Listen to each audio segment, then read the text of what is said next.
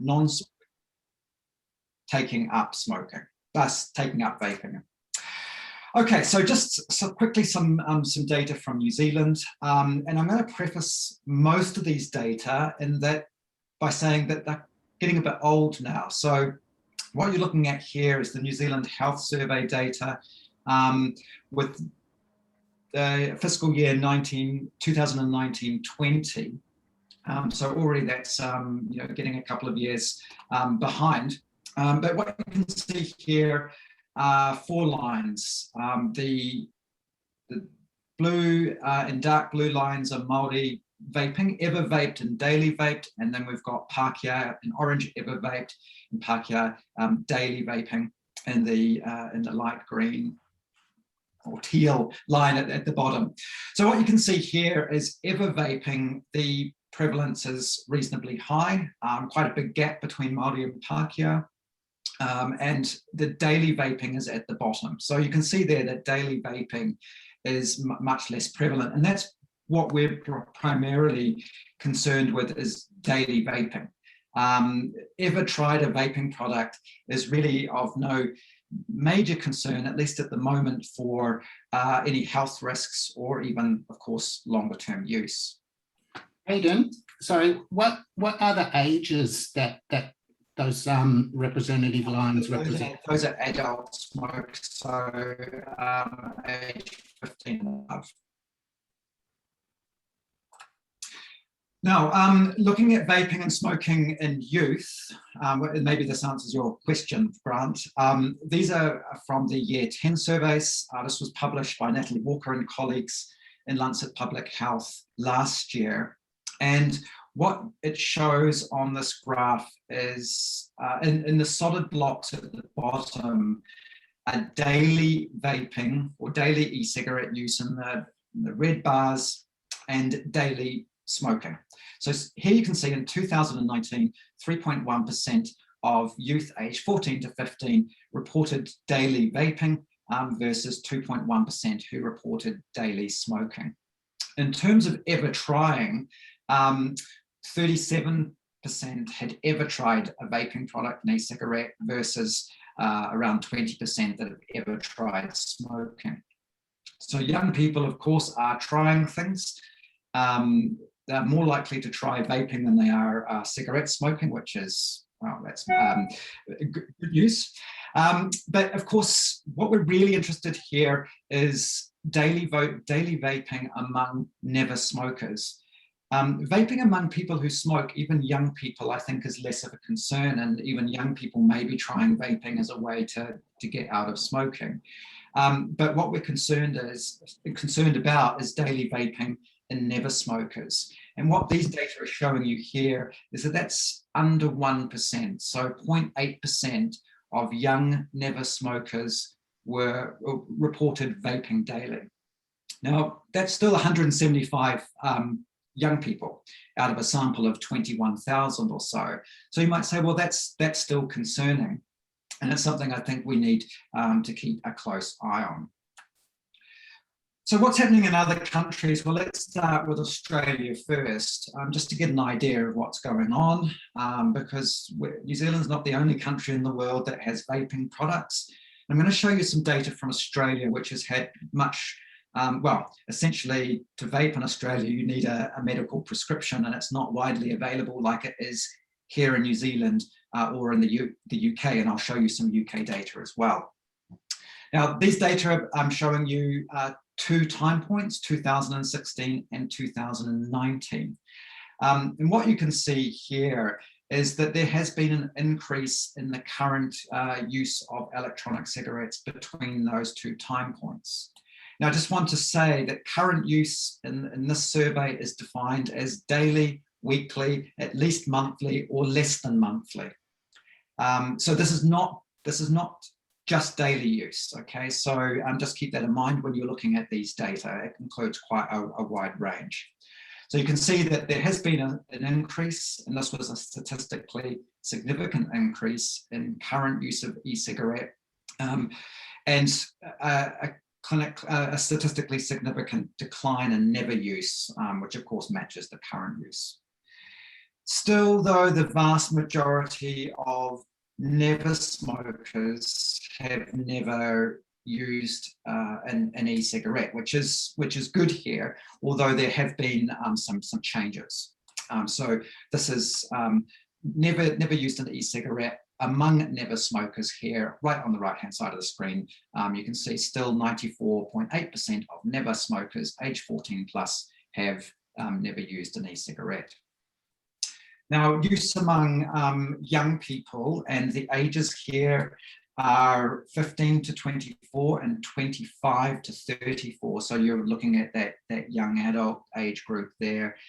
Again, you can see that the current use of e-cigarettes has increased over this 2-year period. Again, it's mostly seen in smokers, although in the non-smoking youth cohort here, it's also increased. Again, this is current use defined as daily, weekly, at least monthly, or less than monthly. In terms of reasons for e-cigarette use, among never smokers, the most common reason is just out of curiosity. So, people are trying stuff. Among smokers, the second most likely reason is to help people quit smoking. So you do see these differences by smoking status. Now, UK. Now, remember in the UK, vaping is readily available. It's sold in shops, online. There is policy, there's regulations in place. So you can't buy e-cigarettes if you're under the age of 18. They also limit the nicotine strength that you can buy. So it's capped at 20 milligrams per mil. And this is showing use over time in a youth cohort, so age 11 to 18. And if you start at the bottom, and if you just look at the black bars, I use them more than once a week, you can see that it has increased over this 7-year period. So from 0.3% to 1.8%. So you have seen this increase, but putting that into perspective, the orange bars, I've never used them or are unaware of them. Still, most young people either don't use or just don't know about them. Now, again, coming back to that important question, what about regular vaping among those who have never smoked? Okay, so that's one of the key questions. Are you seeing young never smokers starting to vape on a regular basis? And here, you're looking at, I use them more than once a week. It's 0.2%. So 0.2% of all never smokers in this survey reported using vaping products less than once a week. So it is occurring, but it seems to be roughly at that less than 1% level. Hayden, sorry. Recently, so can I just stop you there and ask a question? I have a feeling you're going to, Grant, anyway. With the less than 1% of never smokers in young people in New Zealand and the UK, why are we getting so many media reports on an epidemic of never smokers in New Zealand vaping? Well, Grant, I think everyone knows the answer to that is that well, a few things. One, people are concerned about it, and concern often comes up. But also just remember that the data from New Zealand are old, they're not current. So we really don't have a perfect understanding of what's happening. So I think you just got to keep in mind that all of these surveillance data are relatively out of date. I think the data from the UK are encouraging in that you're not seeing this epidemic, but bear in mind that that's a different policy environment than we've had in other countries. So you've got to be careful about comparing what you see in other countries to what we might see here. Still though, and this just finishes off on this prevalence data. This was published on the 15th of July this year in Lancet Public Health, and this was a meta-analysis. So they combined results from 26 national surveys with this sample being focused on children and adolescents aged 8 to 19, and they looked at these patterns of use. And again, when you look at daily use, you can see it at the bottom here, 0.8% of these kids using e-cigarettes on a daily basis. So it sort of fits with the overall pattern. Now, you know this, and I'm not going to dwell on it, but nicotine is addictive, and can people become addicted to or dependent on the nicotine from vaping? I mean, the answer to that is yes, of course. We know that vaping products deliver nicotine. These are old data now, but some of the newer products like Juul, and I've showed you this before in previous webinars, can deliver nicotine in a very similar way to vaping when you know how to use the device. This is great, of course, if you're a smoker trying to quit, because in theory, this should be much more satisfying than some of the nicotine replacement products. But on the other side, it could also mean that young people who have never smoked that persist with using this could become dependent on the device. Now, in terms of communication to the public, now this is an example of a comms campaign from Cancer Research UK, so UK based, that it's been very similar to what we've followed here in New Zealand, that we're saying actually vaping or e-cigarettes are less harmful than smoking for a whole host of reasons, and that's still the case. But of course, the main message is here about relative risk. Yes, vaping is less harmful than smoking, but my question is, actually, have people misinterpreted less harmful to mean safe? That is, is this relative risk communication difficult for some people to understand? And I think that certainly may be the case.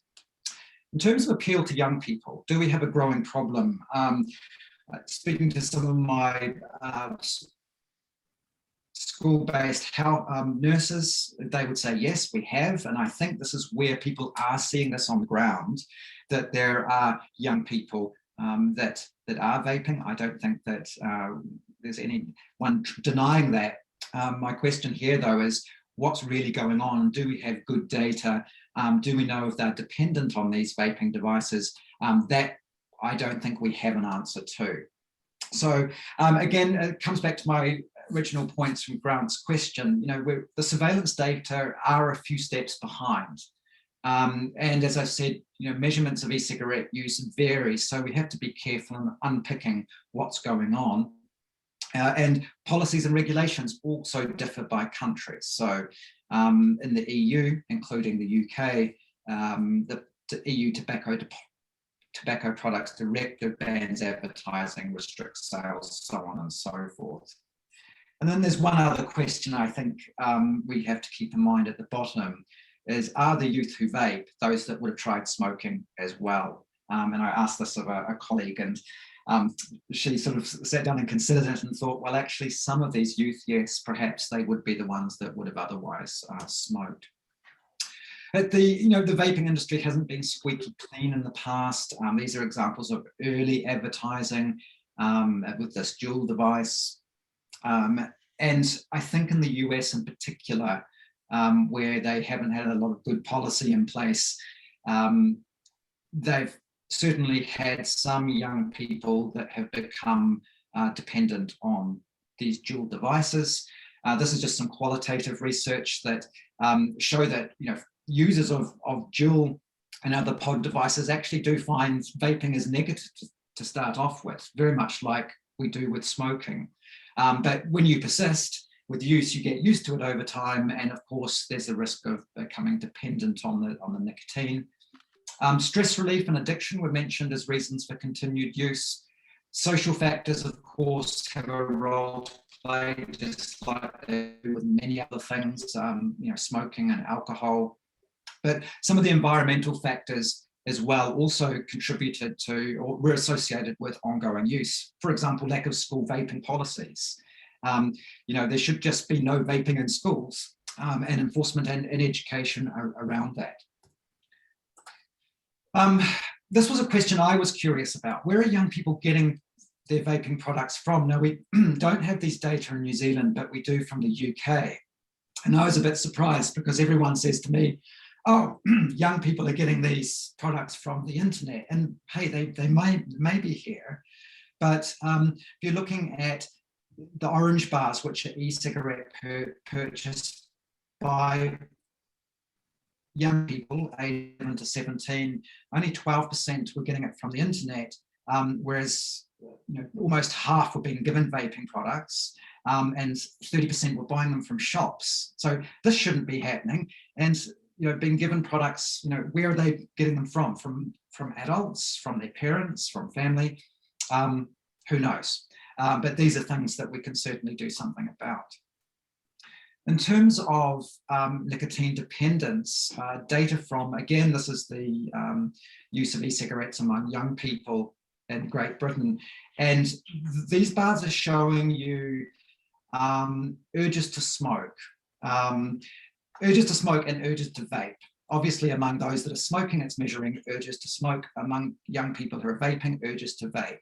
And what you can see here is there's a larger proportion of people who are vaping that have no urges, compared to only 21, 22% in those who smoke who have urges. So taken together, I think, yes, vaping can lead to nicotine dependence, but it may be less than smoking. In terms of strategies to prevent or reduce use in young people, I mentioned policies already, but these may need to be reviewed and strengthened. Providing counselling and cessation resources, perhaps. I don't think we've got enough information to know what to provide to help people stop vaping. People have been asking me about use of nicotine replacement therapy. There's no evidence that nicotine replacement therapy helps people stop vaping at the moment. Yes, there may be some reason why you would use it, and that's perfectly logical. But I just remind you that that's not an approved use of nicotine replacement therapy. So if you're doing that, you're doing that outside of the current product license. Training staff is useful, and increasing knowledge through public health campaigns. And we've already seen some of these. The one on the left is the Asthma Foundation campaign on preventing young people that don't smoke to start vaping, and there's others around the world as well. If you haven't seen the Vaping Facts website, it now has some information for vape-free schools. Check this out, it's good. It's some common sense in there as well, and you can click on each of those boxes and it will give you some, I think, good advice. In terms of interventions to help people stop vaping, there are some data. This is a trial in young adults aged 18 to 24. This was a text message intervention. It looks promising, but I think we have some way to go to really understand what might be useful in helping people stop vaping. The Smoke-Free Environments and Regulated Products Amendment Act, as you know, this came into force in November last year.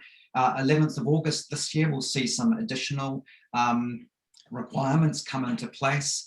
One of them will be warning signs and labels. So these will be applied to products, but also signage in places that you can buy vaping products.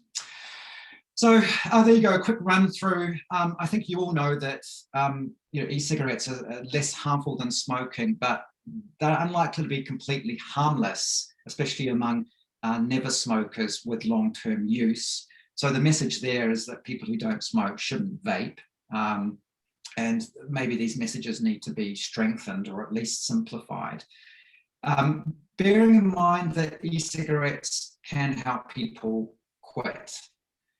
So it's making sure that people who smoke, who want a gateway out of smoking, can get access to e-cigarettes. But we need policies in place to make sure that it limits, prevents or at least substantially limits the uptake of vaping in young people who don't smoke.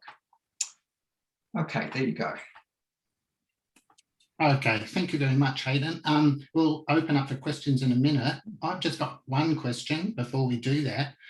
What would your advice be to stop smoking services who are getting referrals and requests from schools to support people to stop vaping because they are a quit service?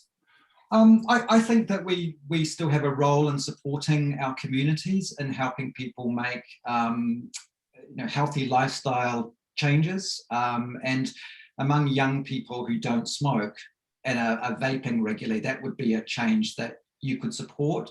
I wouldn't rush in with nicotine replacement therapy. I'd focus on some of the behavioural techniques that you learn as part of your program to support people to make and sustain that change.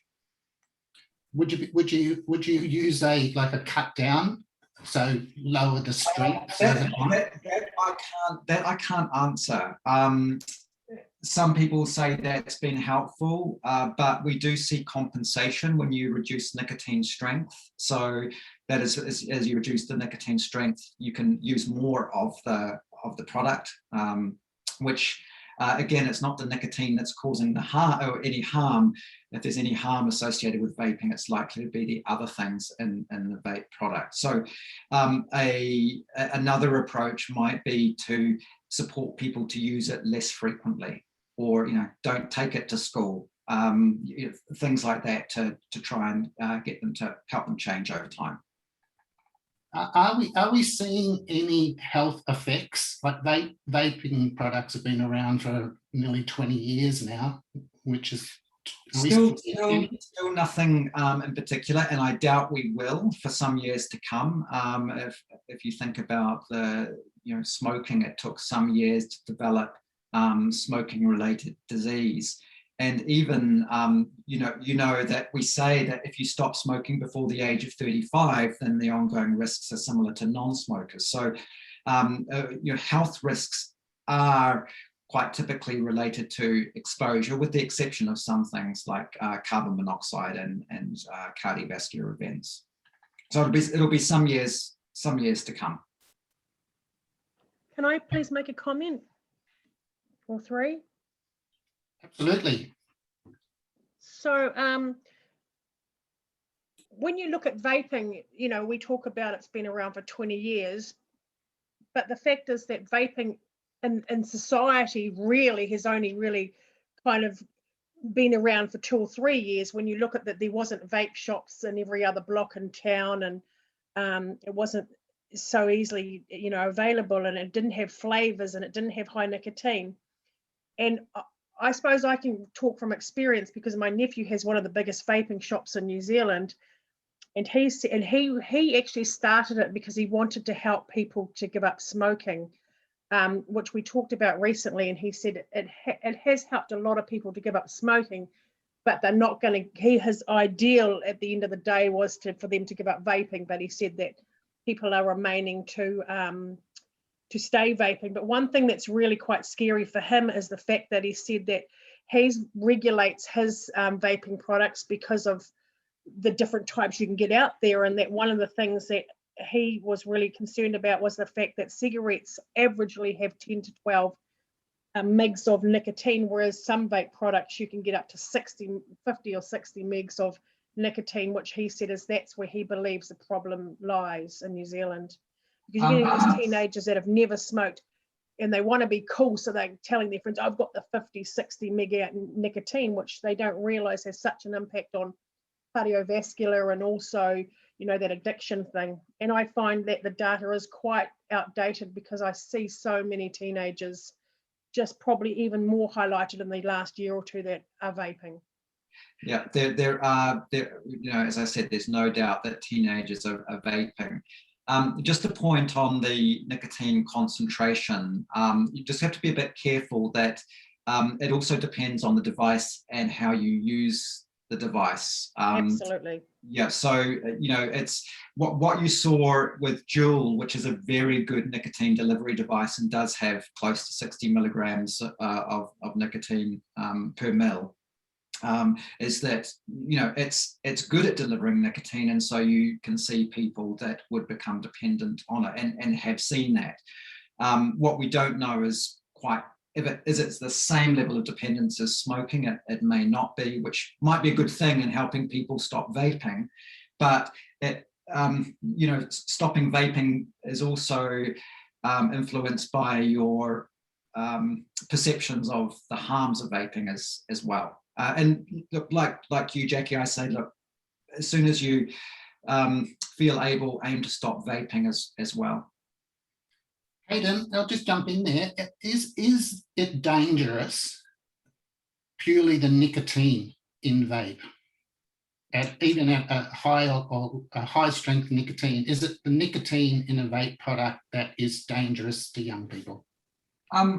Yeah, well, that's a difficult one to answer, Grant, because if you had a young child that accessed that high level of nicotine and somehow got into it and swallowed it, then yes, that could be very dangerous.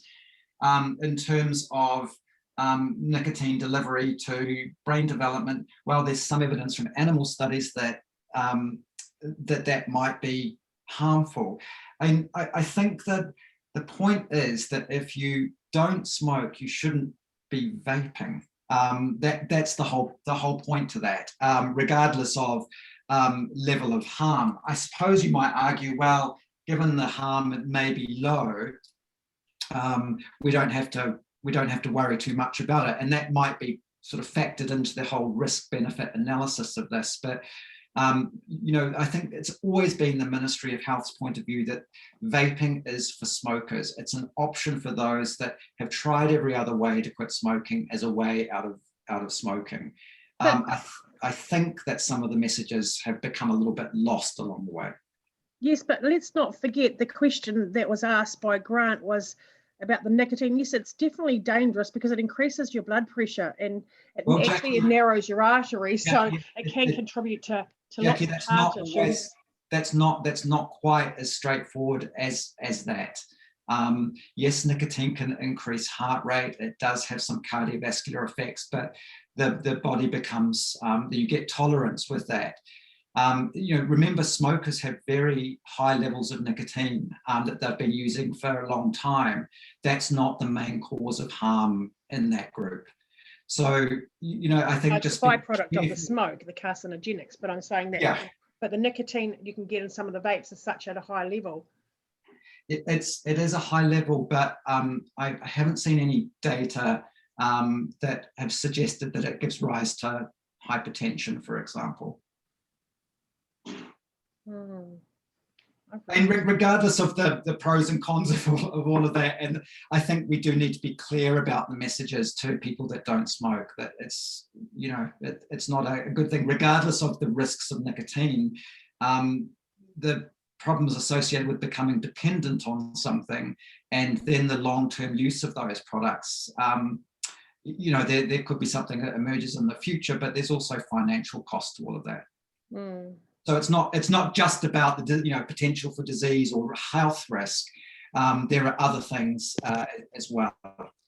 Hayden, can I jump in here? Sorry, I'm sorry I arrived late to this meeting, but I'm a public health nurse and deal a lot with teenagers, and I certainly, although you're saying that there's no harm from nicotine, I'm talking to youth every day who are talking to me about that addiction and how it's impairing their education, apart from the fact that they will get stood down from school and that. But these boys are waking in the night to vape at that highest doses, and it's affecting their concentration at school. And this is a real concern to us in this area of how we actually support these young people to get off these high dose vaping things that they're doing at the moment. Have you got any suggestions around what we can do?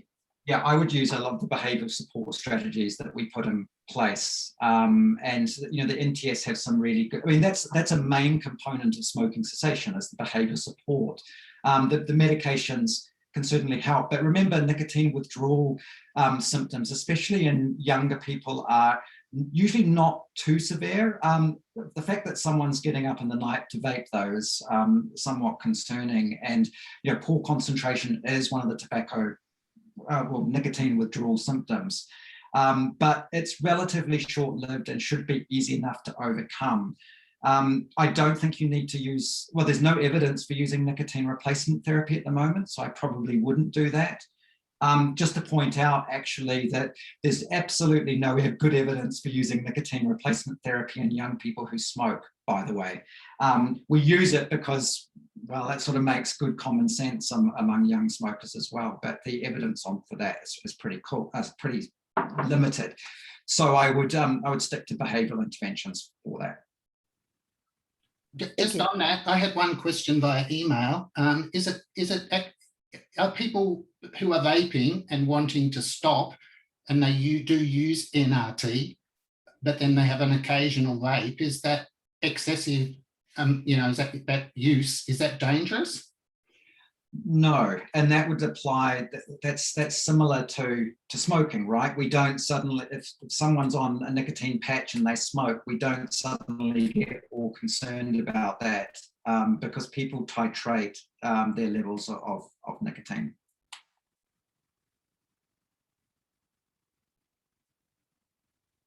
Can I just ask one more question? What's the risks of, or is there any chance of actually overdosing on nicotine to the extent, I know about the hiccups and the digestive stuff and all that kind of thing, but we have had youth who have wanted to self-harm with high dose nicotine. Right. So what's the risk factor there? People have self-harmed with nicotine patches and other nicotine replacement products in the past.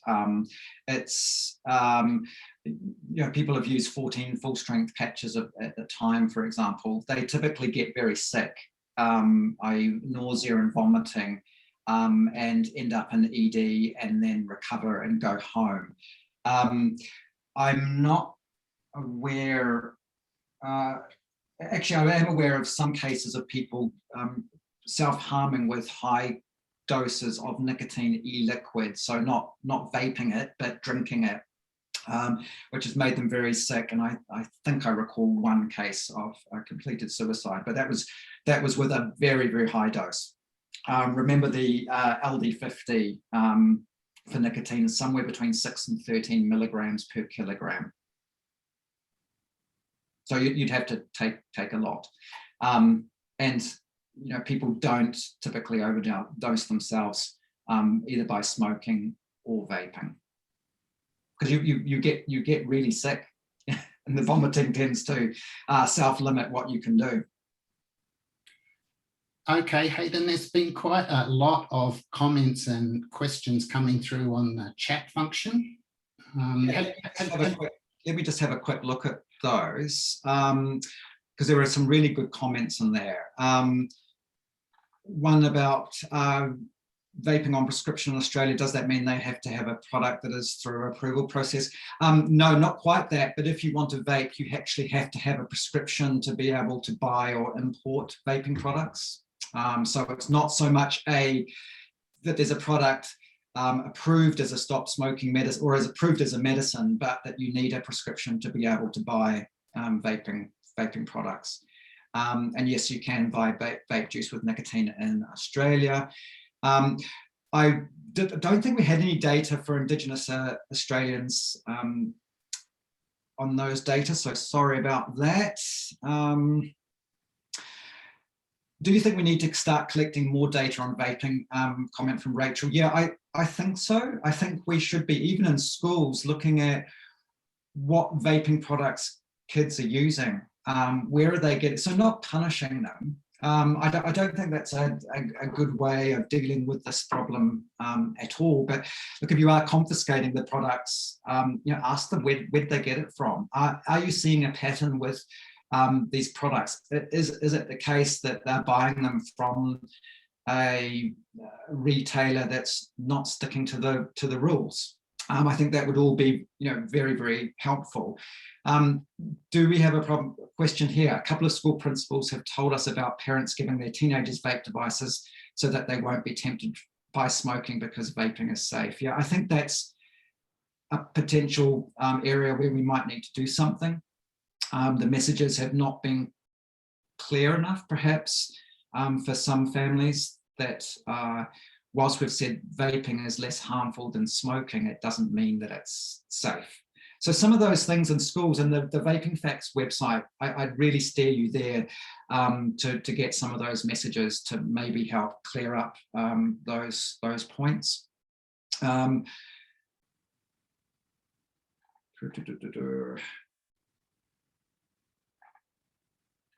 from Jackie, which she mentioned.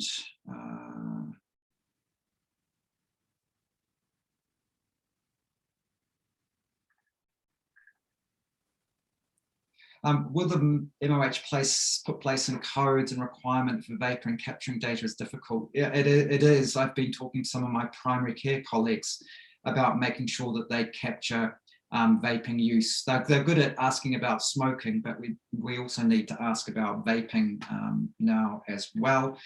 As you know, the new the legislation that comes in on the 11th of August will restrict the flavors that can be purchased in a retail store. So your gas stations or your dairies, if they are selling vaping products, will only be able to sell tobacco, menthol, and mint flavored. If you're going to get the other flavors, then you really have to go to a specialist vape shop. Or there is the online may pose a little bit of a challenge. Harm reduction from tobacco cessation and nicotine addiction in young people are two very different issues. They are very different issues and need different approaches to that. And that's, you know, my comment at the very beginning is, how do we balance all of this? How do we find the right way forward where we offer it as a tool for smokers to quit, but do our best to prevent the uptake of vaping among young people? I don't think we'll ever get to zero. I think we'll have to be comfortable with some level of vaping uptake in young people, as we've sort of had the challenge with smoking. But if we can keep it to a level that we've seen in the UK, that would be a good start. But keen to hear if you've got any thoughts about that. You know, targeting, yes, we have seen advertising in the past. That's not allowed, of course, anymore. So I'm hoping that doesn't come out. Candice, you seem to be suggesting that vaping is harmless even for young people. No, I was not suggesting that at all. Vaping, if you smoke, vaping is less harmful than smoking. That's the key point. For people who don't smoke, vaping is likely to have some harm. We don't know what that level of harm is yet. There are some uncertainties around that. And I think this is why we need to do what we can to limit any uptake of vaping in people who don't smoke. I hope that answered your question or clarified that. Hayden, sorry, it's Kate here again. And are you aware that in the Hawke's Bay we have done a youth survey, and we've surveyed 3,900 high school and intermediate school students, and out of that 18.4% said they had vaped in the last week, and of that 10% would consider themselves vaping regularly at high dosages. This is where we're kind of, our concern is that the MOH is basically saying, yes, we know that vaping is for, is targeted for people to stop smoking, but for our youth, the messages are so unclear, and we've got this huge tidal wave of problem coming, and every time we kind of bring it up, MOH just comes back with the same messaging and the same messaging again, that vaping is to stop smoking, but that's not the reality of what we're seeing on boots on the ground.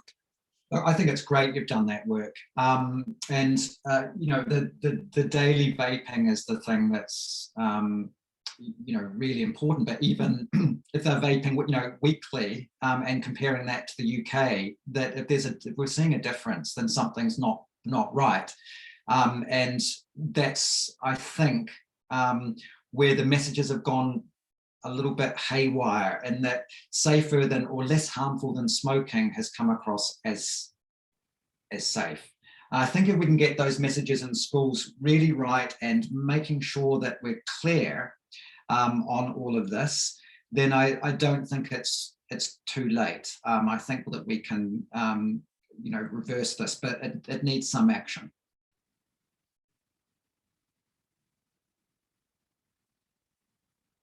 And keen to you to talk offline, Kate, about this too, about how we do that. So feel free to reach out. Okay, thanks, Hayden.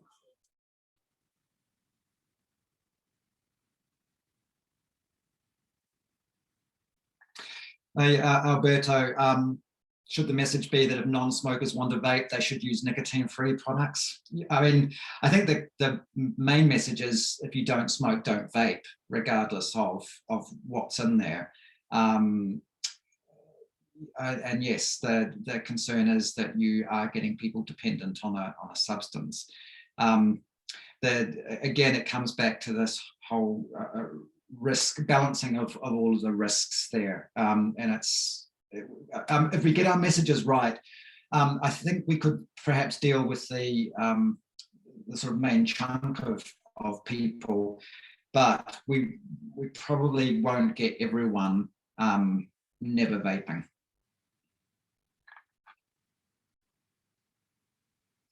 And Felicity, yeah, I agree. We should get policies in schools. You know, it is time to look at this, and it should be very closely aligned to the smoke-free policy. You know, no smoking, no vaping. I'm not, you know, not a fan of kids being stood down from school, which affects their learning, but more around some education and support and seeing what else is going on. If young people are taking up vaping because of, you know, are they reporting it because of stress? And if it is stress, what's causing that stress and how do we do something about that? You know, there are more and more resources going into mental health and well-being. Is this something that we really need to focus on a little bit more? So understanding why, and you know, great that the Hawke's Bay did some data collection. I think this is where we really need some data to understand what's going on, as opposed to basing our interventions on a gut feel.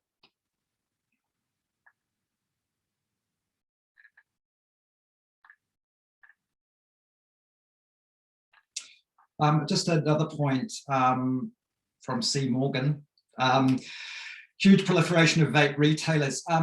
Be interested to see with how that changes in the future. The regulations that are coming in will have cost of being a vape retailer.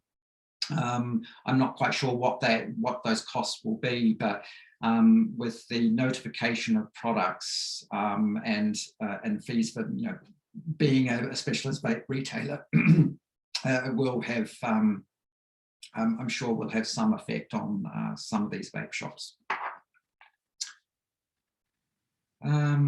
Taranaki schools regarding vaping and harm. Yeah, it is that. I think that the addiction or dependence to these products is a concern for many, and I think that this is something that we really need to be clear on with our messaging. We know from the US that you know, young people have become dependent on vaping products who were never smokers. It's not the majority of young people out there, of course, but it's, I think what we're hearing is enough concern to, you know, make sure that we do something about this. Hayden, according to our data, of the 18.4% of children that are, or adolescents that have vaped in the last week, 70% of those are non-smokers. Yeah. So you've got something's going on there.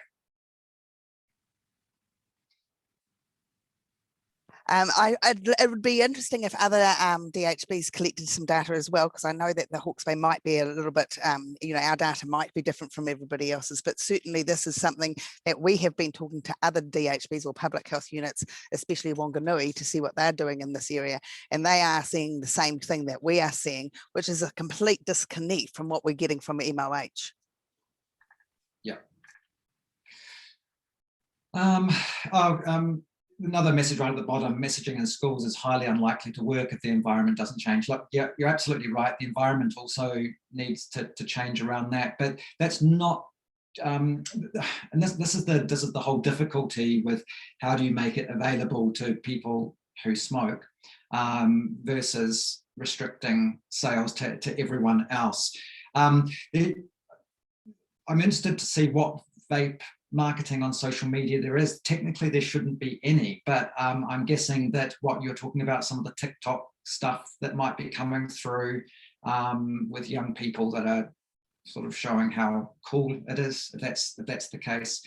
But I think, you know, the education and policies we know can work. They have worked in the past with smoking.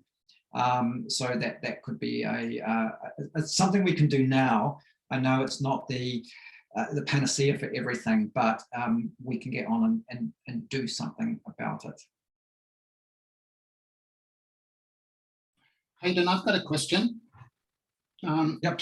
Just on high strength vape liquid. If someone smoked one cigarette and half an hour later they had nicotine content in their blood plasma measured, and then compared that to someone who smoked 60 milligram or vaped 60 milligram e-liquid and had their blood plasma levels of nicotine measured, would the vape device be significantly higher, the same, or less? It would be the same. And I showed you those data earlier on in the presentation with the Juul versus smoking. Those were the same people. They tried smoking and then they tried Juul.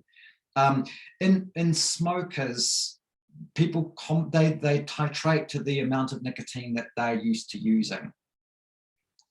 So there's no reason to think that they'd be getting more nicotine unless they puff differently on it. Yeah, Hayden, just a quick question.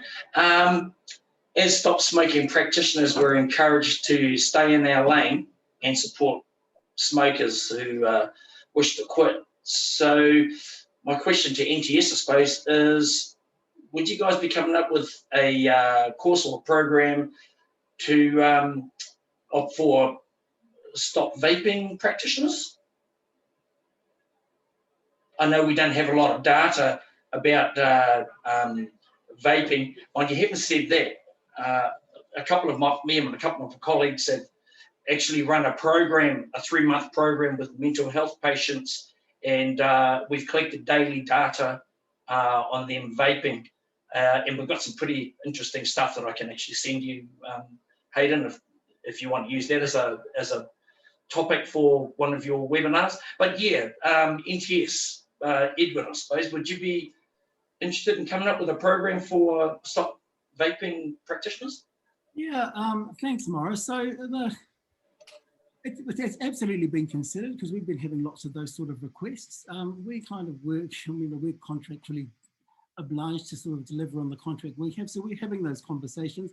They haven't seemed to go anywhere yet. We do know that there's a need for them. So there has been consideration put towards them. So it's just a matter of sort of when we get the green light. So I guess we'll keep you posted on that. And I guess sort of having conversations like this sort of strengthen the cause to be able to have those conversations with the ministry.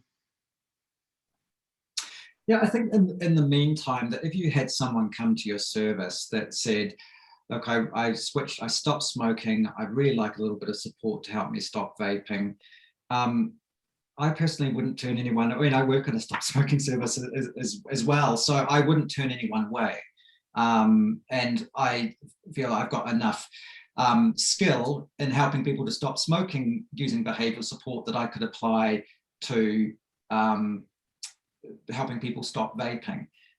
Remember, this is not all about providing medicines, and this is a stop smoking medications are often seen as this quick fix to everything when you know that they're not. And actually helping people change behaviour. What are their temptations to make them want to vape? Those times of day, the other things they might be doing. What could they start replacing vaping with?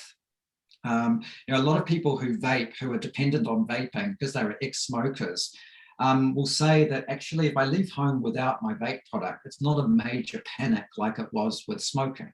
It again, maybe that stopping vaping is easier than stopping smoking. Not that I'm saying it's easy right across the board, but supporting people to identify those triggers, the support networks that can help them. You know, it's not all about having just to replace the nicotine. Yeah. Hayden, yes. Sorry. Hayden, we can still use. Can we use nicotine though? Just recently, I've worked with a woman who was 5 years vaping, very, very dependent on vaping, and she came to a group. It was a smoke-free group that I was running, but she just wanted to sit in, not expecting to stop vaping. She did actually use some fruit gum in the short term. So it was quite interesting when you're saying, you did say before, try not to use that. But the outcome was she actually did stop vaping, which she didn't think she would.